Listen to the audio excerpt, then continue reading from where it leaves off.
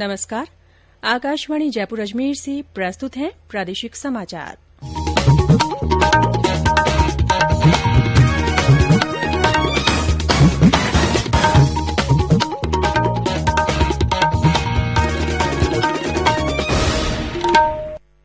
मुख्य समाचार। धन्वंतरि जयंती पर आज प्रदेशवासियों को मिलेगी नई सौगात। प्रधानमंत्री जयपुर के राष्ट्रीय आयुर्वेद संस्थान को देंगे डीम्ड यूनिवर्सिटी का दर्जा। प्रदेश में कोरोना मरीजों की संख्या में फिर से हो रही है बढ़ोतरी। कल सामने आए 2176 संक्रमण के नए मामले। मुख्यमंत्री अशोक गहलोत ने प्रधानमंत्री को पत्र लिखकर पुलिस थानों में अनिवार्य एफआईआर की व्यवस्था लागू करने का किया आग्रह। और दीपोत्सव का पर्व आज धनतेरस के साथ हुआ शुरू। राज्यपाल और मुख्यमंत्री ने दी शुभकामनाएं। समाचारों के साथ मैं रितिका गुप्ता। कोविड-19 महामारी के खिलाफ देश एकजुट होकर लड़ रहा है। आप भी हमारे साथ सुरक्षा और बचाव के 3 आसान एहतियाती उपायों का संकल्प लें। मास्क पहनें, 2 गज की दूरी है जरूरी, सुरक्षित दूरी बनाए रखें, हाथ और मुंह साफ रखें। और अब समाचार विस्तार से। प्रधानमंत्री नरेंद्र मोदी आज धन्वंतरि जयंती और राष्ट्रीय आयुर्वेद दिवस पर प्रदेशवासियों को सौगात देंगे। श्री मोदी वर्चुअल कार्यक्रम में राष्ट्रीय आयुर्वेद संस्थान जयपुर को डीम्ड विश्वविद्यालय का दर्जा देंगे। 175 साल पुराने इस संस्थान को मानद उपाधि दिए जाने से संस्थान को शैक्षिक स्वायत्तता प्राप्त होगी। संस्थान के निदेशक प्रोफेसर संजीव शर्मा ने बताया कि राष्ट्रीय आयुर्वेदिक संस्थान आयुष मंत्रालय के अंतर्गत देश का पहला संस्थान है जिसे मानद विश्वविद्यालय की उपाधि दी जाएगी। इधर आज जयपुर में राज्य स्तरीय धन्वंतरि जयंती समारोह और आयुर्वेद दिवस समारोह आयोजित होगा। चिकित्सा मंत्री डॉ रघु शर्मा समारोह का शुभारंभ करेंगे। कार्यक्रम में उत्कृष्ट कार्य करने वाले आयुर्वेद चिकित्सकों और कार्मिकों को सम्मानित किया जाएगा। प्रधानमंत्री नरेंद्र मोदी ने कहा है कि आत्मनिर्भर भारत पैकेज समाज के सभी वर्गों की सहायता के लिए सरकार के प्रयास जारी रखने पर केंद्रित है। श्री मोदी ने एक ट्वीट में कहा कि पैकेज से रोजगार के अवसर उत्पन्न करने और संकटग्रस्त क्षेत्रों को राहत पहुंचाने में मदद मिलेगी। गौरतलब है कि वित्त मंत्री निर्मला सीतारमण ने कल आत्मनिर्भर भारत पैकेज 3 की घोषणा की थी। उन्होंने अर्थव्यवस्था को बढ़ावा देने के लिए 12 मुख्य उपायों की घोषणा की। आत्मनिर्भर भारत अभियान की प्रगति का उल्लेख करते हुए श्रीमती सीतारमण ने बताया कि इस अभियान के तहत देश में रोजगार के अवसर बढ़ाने के कई उपाय किए जा रहे हैं। उन्होंने बताया कि कोविड से उबरने के दौरान रोजगार के नए अवसर बढ़ाने को प्रोत्साहित करने के लिए आत्मनिर्भर भारत रोजगार योजना शुरू की जा रही है। श्रीमती सीतारमण ने बताया कि इस योजना के तहत केंद्र सरकार इस साल 1 अक्टूबर के बाद नए पात्र कर्मचारियों के लिए 2 वर्ष तक सब्सिडी देगी। इसे इन कर्मचारियों के आधार से जुड़े ईपीएफओ खाते में जमा किया जाएगा। श्रीमती सीतारमण ने कहा कि 28 राज्यों और केंद्र शासित प्रदेशों में इस साल 1 सितंबर से राशन कार्डों को राष्ट्रीय वैधता मिलेगी। वित्त राज्य मंत्री अनुराग ठाकुर ने इस बारे में विस्तार से जानकारी दी। आत्मनिर्भर भारत अभियान के अंतर्गत सबसे पहले प्रावधान किया गया था अन्न और धन की कोई कमी न आए, और उसी दिशा में माननीय वित्त मंत्री जी ने उस समय भी एक घोषणा की थी कि एक देश एक बाजार की तर्ज पर एक देश एक राशन कार्ड, इस दिशा में भी हम आगे बढ़ेंगे। और हमें कहते हुए प्रसन्नता हो रही है कि 28 राज्यों में और यूनियन टेरिटरीज में इसको लागू कर दिया गया है। 1 सितंबर 2020 से 68 करोड़ 6 लाख से ज्यादा बेनिफिशियरीज को, लाभार्थियों को इसका लाभ मिला है, जिनके पास अब ये प्रावधान होगा कि वो एक राज्य के बजाय दूसरे राज्य में भी जाएंगे तो वहां जाकर फेयर प्राइस शॉप से, यानी कि राशन डिपो से राशन ले सकते हैं। राज्य में कोरोना मरीजों की संख्या एक बार फिर बढ़ने लगी है। कल 2000 से ज्यादा लोगों में संक्रमण की पुष्टि हुई।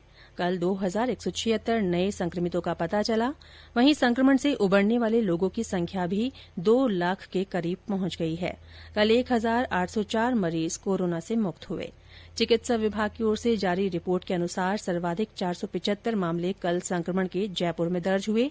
जोधपुर में 366, बीकानेर में 258, अजमेर में 131, अलवर में 111, कोटा में 95, सीकर और उदयपुर में 71, नागौर में 61, पाली में 54, भरतपुर में 41, श्रीगंगानगर और जालौर में 38, टोंक में 36, झुंझुनूं में 35, हनुमानगढ़ और भीलवाड़ा में 34, चूरू में 32, जैसलमेर में 30, सिरोही में 24, बाड़मेर में 22, चित्तौड़गढ़ में 19, झालावाड़ में 16, दौसा और राजसमंद में 13, बूंदी में 12, सवाईमाधोपुर और प्रतापगढ़ में 10, डूंगरपुर में 9, बारां और करौली में 5, धौलपुर में 4 और बांसवाड़ा में 3 लोगों में संक्रमण का पता चला।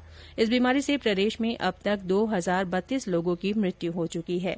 इधर पूर्व उप मुख्यमंत्री सचिन पायलट, पूर्व मंत्री कालीचरण सराफ और गुर्जर नेता कर्नल किरोड़ी सिंह बैंसला को कोरोना होने की पुष्टि हुई है। श्री पायलट ने एक ट्वीट कर कहा कि उनके संपर्क में पिछले दिनों जो भी लोग आए हैं वे अपनी जांच कराएं और सावधानी बरतें। वहीं पूर्व मंत्री सराफ ने भी ट्वीट संदेश में उनसे पिछले दिनों संपर्क में आए लोगों से एहतियात बरतने की अपील की। ये समाचार आकाशवाणी जयपुर अजमेर से प्रसारित किए जा रहे हैं। समाचार अभी और भी हैं, लेकिन इससे पहले ये संदेश।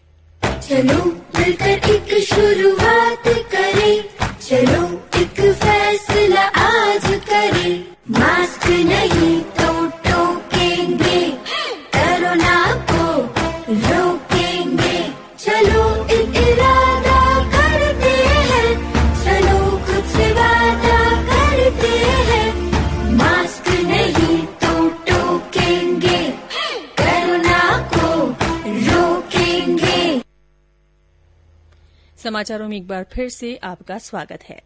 केंद्र सरकार द्वारा कोरोना के विरुद्ध चलाए जा रहे जन आंदोलन से जुड़ते हुए तीरंदाज की राष्ट्रीय खिलाड़ी ऋचा कटारा ने कोरोना महामारी के दौरान लोगों से स्वस्थ रहने के लिए आसान एहतियाती उपाय अपनाने की सलाह दी है। नमस्कार, मैं ऋचा कटारा, राष्ट्रीय खिलाड़ी तीरंदाजी आप सभी से अपील करती हूँ कि वैश्विक महामारी कोविड-19 से बचने हेतु जन आंदोलन के तहत नियमों का सख्ती से पालन करें। अपने हाथों को नाक, आँख, मुंह पर अननेसेसरी टच न करें। अपने हाथों को प्रॉपरली 20 से 25 सेकंड तक वॉश करें अच्छे से। भीड़ भाड़ वाली जगह से बचें। 2 गज की दूरी बनाए रखें। आवश्यक हो तभी घर से बाहर निकलें और जब तक वैक्सीन नहीं आ जाती तब तक मास्क को और सैनिटाइजर को ही वैक्सीन समझें। आकाशवाणी जयपुर के समाचार बुलेटिनों में चलाई जा रही विशेष श्रृंखला जनता के नाम जनता का संदेश के तहत आज सुनिए बांसवाड़ा से हमारे श्रोता का संदेश। मैं मौसम राजौरा जिला बांसवाड़ा से निवेदन करना चाहता हूं कि 2 गज दूरी है जरूरी, मास्क हमेशा लगाए रखें। जब तक वैक्सीन नहीं है तब तक मास्क ही एक वैक्सीन है और समय समय पर साबुन से अपने हाथ धोएं। आगामी त्योहारों को देखते हुए भीड़ भाड़ वाले क्षेत्रों में न जाएं और 2 गज दूरी हमेशा बनाए रखें। शुभ दीपावली।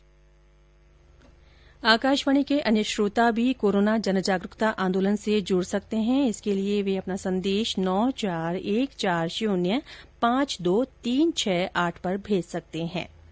मुख्यमंत्री अशोक गहलोत ने राज्य के पुलिस थानों में अनिवार्य एफआईआर रजिस्ट्रेशन की व्यवस्था का जिक्र करते हुए पत्र लिखकर आग्रह किया है कि ये व्यवस्था पूरे देश में लागू की जाए।